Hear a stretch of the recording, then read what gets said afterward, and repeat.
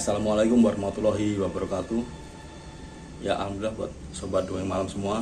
Kita kali ini bertemu lagi dalam cerita ke-16 di channel Dongeng Malam. Ya, pada cerita kali ini saya akan membawakan sebuah kisah yang saya dapat dari sahabat saya waktu dulu masih satu kerjaan, dimana dia menceritakan pamannya dan keponakannya ini, yaitu tentang keponakannya yang bekerja di sebuah kota besar di Jawa Tengah, dan di sana si anak ini akan dijadikan tumbal pesugihan. Jika lebih detail menurut omnya ini, bahwa sang majikan saat itu memiliki peliharaan atau pesugihan ini dari jenis buto ijo, panggilan umumnya begitu. Cuman untuk definisi lengkapnya seperti apa itu agak kurang tahu ya, tapi khasnya orang di daerah sana ataupun pas saya, suatu pesugihan itu bisa disebut bisa dinamakan sesuai dengan bentuk yang dipelihara atau disembunyikan. Nah, kebetulan kali ini adalah jenis pesugihan buto ijo. Ya, intinya sama sih, satu juga, untuk mencari kekayaan secara instan dengan menumbalkan dan dengan menukarnya dengan tumbal, baik dari keluarga sendiri maupun dari orang lain sekalipun. Ya, sebelum saya lanjutkan cerita ini, saya ingin mengucapkan terima kasih pada sobat Dongeng Malam yang nggak bisa saya sebut satu persatu ya. Terima kasih yang sudah like, sudah subscribe, dan sudah komentar serta memberi support pada channel ini ya, channel yang baru mencoba berdiri, merangkak, mencoba berjalan ini. Saya ucapkan terima kasih dan semoga sobat semua diberikan kesehatan, rezeki yang melimpah, serta kebaikan di dalam hidupnya. Ya, mohon maaf sebelumnya, kita masih tag videonya di outdoor karena benar-benar sih di kota Jakarta ini untuk mencari tempat yang benar-benar sepi dari polusi suara, terutama kendaraan bermotor, itu sangat susah ya. Bisa sih, tapi di atas jam 12 malam itu, dan jam itu adalah waktu saya untuk istirahat. Jadi ini kebetulan pas hari libur, saya tag videonya di rumah ya, di rumah saja. Oke. Cerita ini adalah cerita termasuk salah satu cerita favorit saya, karena cerita ini terjadi sekitar tahun 70-an akhir sih katanya dari teman saya itu. Nah, di sini akan menceritakan seorang anak yang saat itu masih tahun segitu itu masih remaja ya, 70-an akhir itu masih remaja. Namanya saya samarkan Mas Sardi gitu ya. Dan orang terdekat dari Mas Sardi ini adalah omnya, sebut saja Om Mas Prio aja. Mas Prio. Ya, di tahun segitu Mas Sardi ini, Sardi kecil ini adalah seorang yatim piatu yang tinggalnya di sebuah pelosok desa. Kalau zaman dahulu bisa dibilang itu masih pedalaman ya. Jadi pelosok desa dekat dengan ladang-ladang, itu cukup jauh dari kota. Kalau dibilang waktu itu tertinggal, ya benar-benar tertinggal, dengan kondisi yang bisa dibilang memprihatinkan ya. Dia hanya tinggal bersama neneknya yang usianya sudah lumayan renta, tapi masih kuat untuk pergi ke ladang ataupun bertani. Tapi bertani ini sedapatnya, hanya cukup untuk makan dan menghidupi Mas Sardi ini. Sedangkan kakeknya sudah lebih dulu meninggal, kemudian disusul bapaknya dan kemudian ibunya, dan akhirnya hanya menyisakan satu keluarga, yaitu neneknya itu sendiri. Dan di sini Mas Sardi itu mempunyai Pak D-nya aja lebih gampang ya daripada Om. Pak D-nya itu Mas Priyo, memang rumahnya jauh, tapi Mas Priyo ini merasa sangat simpati dengan kehidupan Mas Sardi ini. Jadi dia banyak sekali memperhatikan Sardi kecil, udah dianggap kayak anaknya sendiri gitu. Dan kemudian keseharian Mas Sardi ini ya jelas ikut bertani, membantu neneknya. Pokoknya bertani dari mencangkul atau mencari pakan ternak dan bercocok tanam pokoknya.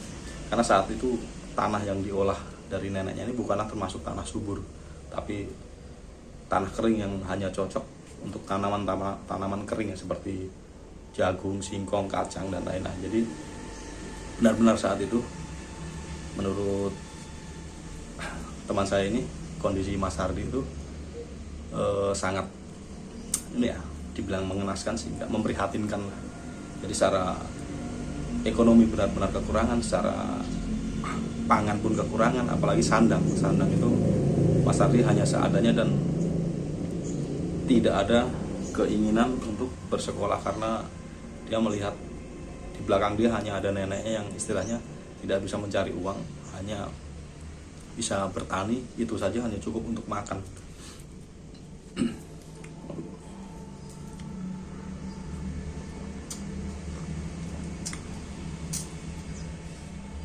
Ya, karena kondisi lingkungan atau daerah yang seperti itu, jadi banyak sekali tetangga-tetangga dari Sardi kecil ini yang merantau, entah hanya merantau ke Jawa Tengah, sampai Jakarta maupun ke Jawa Timur untuk mendapatkan penghidupan yang lebih baik.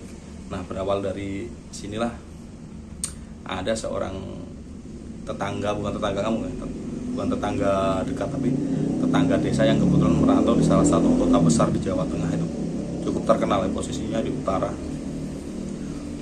utara dan saat dia pulang dia pasti akan membawa satu orang atau dua orang untuk diajak bekerja ke kota tersebut, walaupun tidak satu kerjaan, tapi istilahnya dia banyak channel untuk lowongan pekerjaan ya, karena waktu itu pekerjaan kan bukan seperti sekarang. Kalau sekarang kan pekerjaan masuk di kantor, pabrik atau apa, jadi lebih ke karyawan. Itu pun karyawan juga hitungan zaman dulu karyawan lepas, atau bisa dibilang pokoknya kalau ada yang membutuhkan asisten rumah tangga, ada yang membutuhkan rewang untuk bantu-bantu, nah itu si orang dari tetangga kampung itu akan mencari tetangga yang membutuhkan pekerjaan itu dan akan diantarkan ke sana. Dan itu sudah banyak terjadi. Dan pada suatu momen orang ini dia dipercaya seseorang untuk mencarikan seorang anak yang ingin benar-benar bekerja, dan orang ini mendapat informasi tentang keberadaan Mas Sardi ini dan kondisi ekonominya, hingga akhirnya pada suatu sore dia datang ke rumah Mas Sardi itu yang kebetulan habis selesai ngasih makan ternak dan bertemu mbahnya. Kemudian basa-basi dan menyampaikan bahwa kalau di kota sana di dekat kerjaan dia ada seorang yang sedang mencari untuk bantu-bantu di gudang katanya. Saat itu kata si gudang beras, orangnya baik, ntar gajinya segini, di sana dapat makan, ntar dikasih baju, pokoknya janji-janji manis seperti itulah. Karena Mas Sardi dia bimbang karena kondisi satu neneknya sendirian di rumah, dan kedua dia belum pernah merantau, jadi ada rasa mentalnya ini belum jadi, ada rasa takut, rasa sedih, dan ada rasa gembira jika ia bekerja ia akan bisa mendapatkan gaji dari pekerjaan itu sendiri yang nantinya bisa ia gunakan untuk kehidupannya dan membantu kehidupan neneknya yang sudah renta ini. Akhirnya simbahnya pun menyarankan, coba ngomong karo Pak Dimu dhisik, engko kepiye, ngono Pak Dimu ngeki dalan, kowe akhirnya ngomong karo Mas iki. Jadi si Mas Sardi ini disarankan oleh neneknya untuk berembuk dengan Pak D-nya tadi, Mas Priyo tadi ya. Mas Priyo, bagaimana kalau Sardi ini merantau, karena toh merantaunya deket, jadi bisa 2 minggu atau 1 bulan sekali pulang. Kalau Mas Brionya setuju ya nggak apa-apa katanya, nggak usah mikirin nenek, kata nenek udah biasa hidup sendiri dari dulu. Ya udah akhirnya ya bicara sama orang yang mencarikan pekerjaan itu, Mas tunggu dulu ya, saya bilang sama Pak De saya, nanti kalau boleh saya ke rumah sampean, soalnya kan rumah sampean nggak terlalu jauh kampungnya, saya juga udah tahu. Oh ya nggak apa-apa, karena ini udah sore, saya permisi dulu ya, kata yang calonnya itu. Udah akhirnya langsung Sardi ini menuju ke rumah Pak D-nya, menyampaikan apa yang tentang kedatangan orang tadi yang ingin memberikan pekerjaan di daerah, di salah satu kota di Jawa Tengah sana, kota besar. Akhirnya Mas Brio pun dia berpikir sejenak, dan dengan berbagai macam pertimbangannya untuk kebaikan dan masa depan Sardi itu sendiri, akhirnya Mas Brio pun mengizinkan dengan catatan, kamu harus hati-hati dan selalu pegang petuah atau pesan-pesan dari biungmu atau nenekmu itu dan dari Pak D. Satu, pokoknya kamu jadi orang tuh harus berlaku jujur, katanya, dimanapun itu kamu bekerja, kamu harus ada rasa tanggung jawab, dan kejujuran itu paling utama. Pesannya Pak D seperti itu. Ya udah akhirnya malam itu Mas Sardi tidur dengan pikiran yang gundah gulana, karena dia akan memulai sesuatu hal yang baru bagi dia itu, dan dia merasa orang benar-benar dari pelosok, dari desa, dengan tanpa kemampuan dan belum tahu dunia luar, itu membuatnya malam itu nggak bisa tidur ya, pikirannya berkecamuk, membayangkan di kota itu seperti apa, terus nanti bagaimana kehidupannya, terus pergaulannya gimana, itu berkecamuk. Hingga akhirnya menjelang pagi pun Mas Sardi ini baru bisa tertidur. Dan kemudian tibalah pagi harinya, Mas Sardi langsung menuju ke tempat siapa yang calo tenaga kerja tadi yang mencarikan pekerjaan, menyampaikan bahwa dia bisa dan dia akan berangkat itu. Akhirnya karena mendapat respon seperti itu, si calo ini akhirnya, ya udah kalau bisa kita berangkat siang ini katanya. Jadi nanti malam kita udah di sana, kan perjalanan nggak terlalu jauh, 5 jam, nggak sampai 5 jam lah kita naik bis. Untuk biaya transportasinya nggak usah dipikirin, itu yang bayar saya, ntar diganti sama yang itu, sama yang majikan kamu katanya. Oh ya udah, terus ini gimana Pak? Ya udah kamu pulang dulu, siapin barang-barang yang akan kamu bawa, kemudian pamitan ke nenekmu dan kesini kita berangkat bareng ke sana. Jadi kita langsung ke sana, langsung berangkat ke kota itu. Akhirnya Sardi pun pulang dan dengan mata berkaca-kaca dan menangis. Akhirnya Sardi ini mengemasi beberapa pakaian, nggak banyak. Dia tuh katanya hanya punya sekitar 2 setel doang, itu pun juga udah lapuk, udah nggak bagus itu. Dan itu dia bawa, dia cuma dibungkus saja waktu itu pakai kain kayak taplak meja itu. Jadi dia nggak punya tas ataupun nggak kepikiran tas kresek, jadi kayak kain taplak meja itu tutup. Dia pamitan sama neneknya sambil terus terang hatinya hancur saat itu, harus meninggalkan biung atau neneknya itu sendiri di kampung tersebut. Neneknya pun sama apa yang ia rasakan. Akhirnya dia berpesan khas orang Jawa lah, intinya hati-hati dalam bekerja dan tetap jaga kejujuran, katanya, kejujuran di situ. Ya udah, hari itu kemudian Mas Sardi karena waktunya mepet, pamitan ke Pak D-nya beliau itu, udah langsung berangkat ke sana. Singkat cerita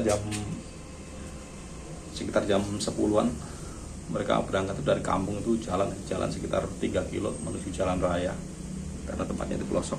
Kemudian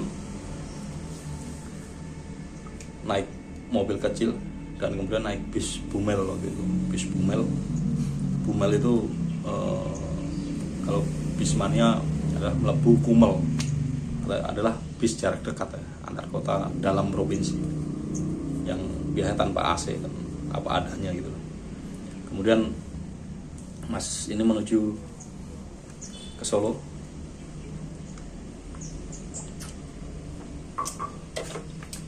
Di situ berjalan menuju sebuah kota besar di Jawa Tengah, dan singkat cerita sampailah ke sebuah rumah besar dengan tanah yang cukup luas, dan rumah utama itu berada di pojok, sedangkan sebelah kiri itu banyak tanah lapang yang sudah dicor waktu itu, dan di belakang itu sekilas Mas Ardi melihat bangunan-bangunan seperti tempat untuk menyimpan barang itu, karena dia belum masuk jadi belum jelas. Akhirnya diperkenalkan dengan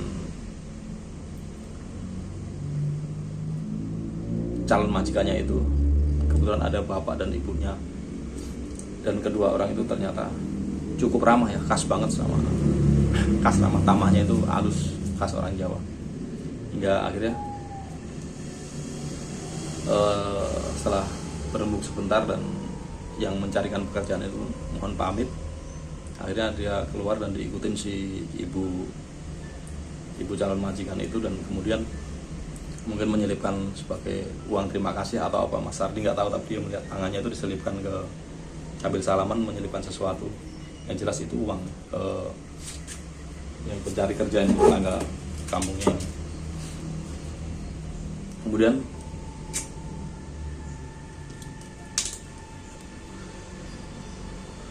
setelah itu Sardi diajak ngobrol-ngobrol, ya perkenalan dulu lah dari basicnya seperti apa, bagaimana. Kemudian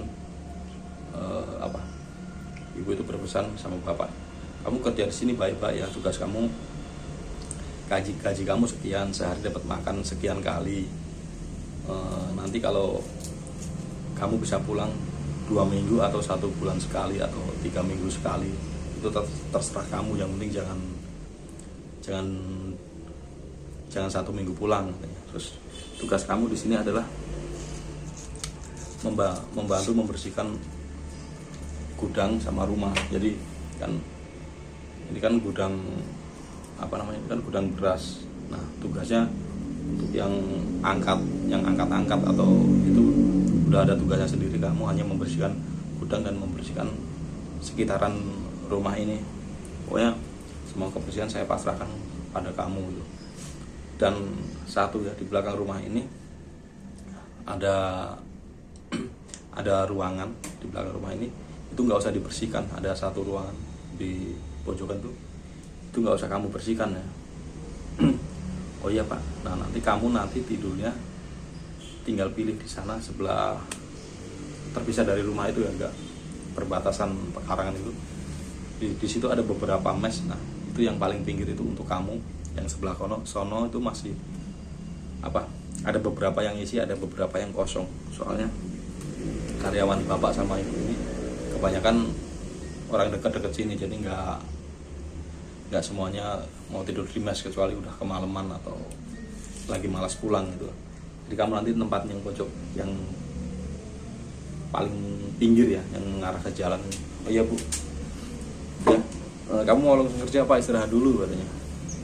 Loh, aku langsung kerja aja Bu. Kerjaan apa saya?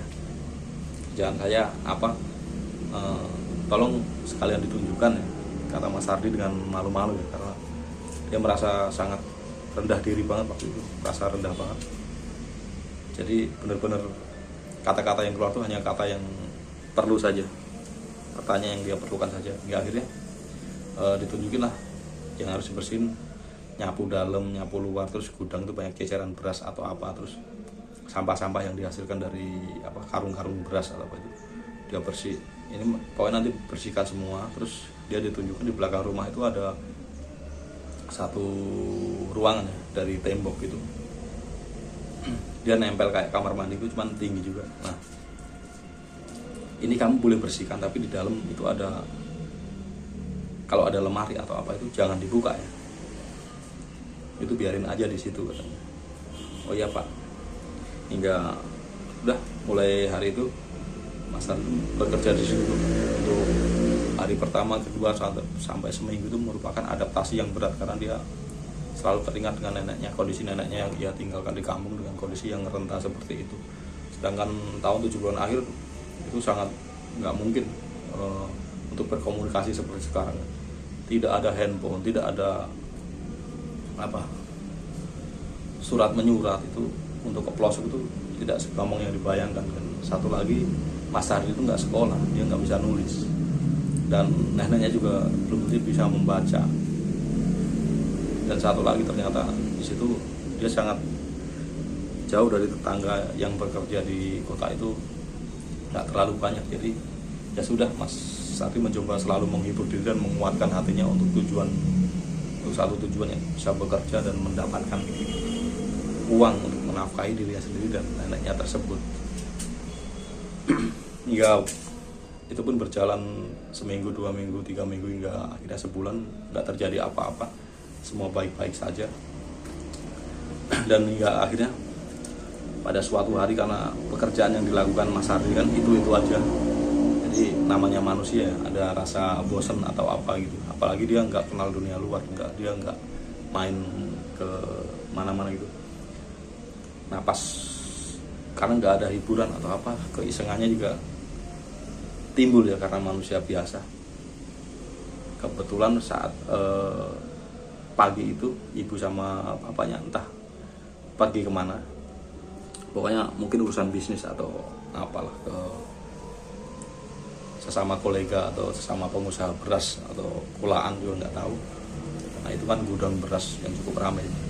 Nah Mas Ardi mendapat tugas bersih-bersih waktu itu, jatah dalam rumah sekitar jam 10-an. Nah dia membersihkan sebuah ruangan di belakang yang dipesan oleh majikannya itu boleh masuk dibersihin semua, tapi nggak boleh buka yang di dalam lemari itu. Ya akhirnya Mas itu bersih-bersih. Emang di situ ada sebuah lemari dari kayu jati asli, warnanya coklat tua gitu kan. Akhirnya tanpa setelah berpikir berkecamuk dalam hidupnya, dalam kepalanya nih, ini apa ya, tapi pesannya ibu nggak boleh dibuka, tapi kok aku penasaran gitu, mungkin kalau sekali aja nggak apa-apa ya katanya, isinya apa itu. Akhirnya setelah dia memastikan menongok pintu keluar dulu nggak ada orang, nah, barulah Mas Ardi ini mengendap-endap, dan ternyata pintu tuh nggak dikunci. Jadi lemari zaman dulu lah, kayak lemari kuno itu dari bahan jati, dia buka perlahan, karena Mas Ardi takutnya ada apa yang keluar gitu kan. Dia buka sambil menjaga jarak.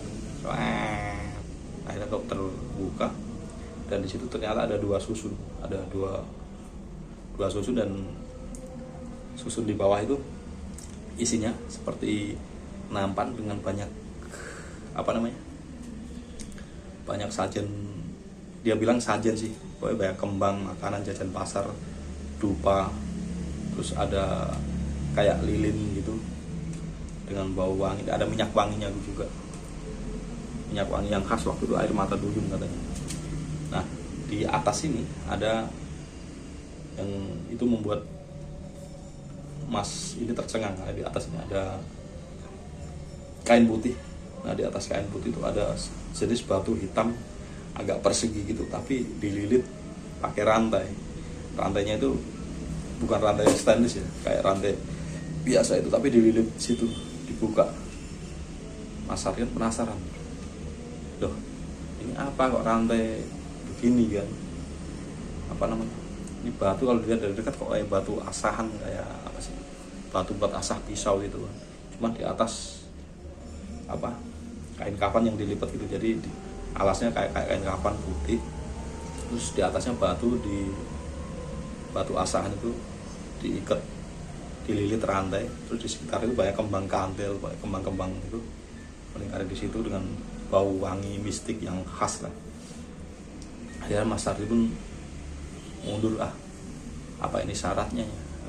Syarat biar majikan ini kaya atau gimana. Waktu itu Mas Ardi belum memikirkan tentang pesugihan atau apa. Akhirnya dia menutup pintu itu kembali, dan melanjutkan bersih-bersih dengan udah nggak memikirkan hal itu. Dia coba lupakan itu.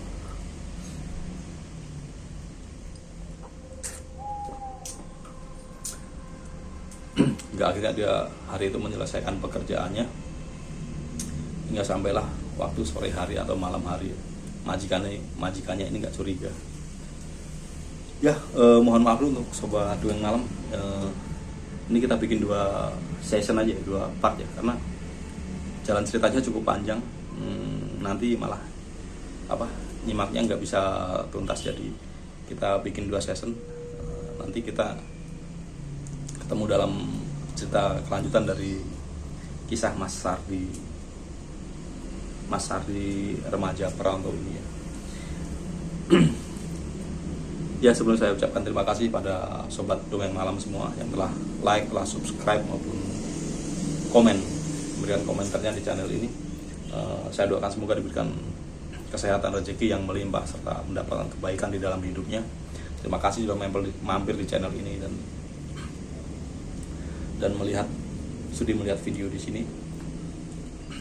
Boleh saya ucapkan terima kasih semua atas supportnya ya. Tanpa sobat semua, channel ini pastinya tidak bisa berkembang ke depan. Dan untuk sobat semua yang punya pengalaman cerita mistis atau pengalaman horor dan ingin di-share sebagai nostalgia atau pembelajaran bagi semua, bisa kirim melalui email, yaitu jackpinator@gmail.com, dalam format audio maupun teks. Nanti di akhir video saya sertakan alamat Gmailnya ya. Ya, nanti kita ketemu dalam sesi selanjutnya. Assalamualaikum warahmatullahi wabarakatuh. Salam Dongeng Malam.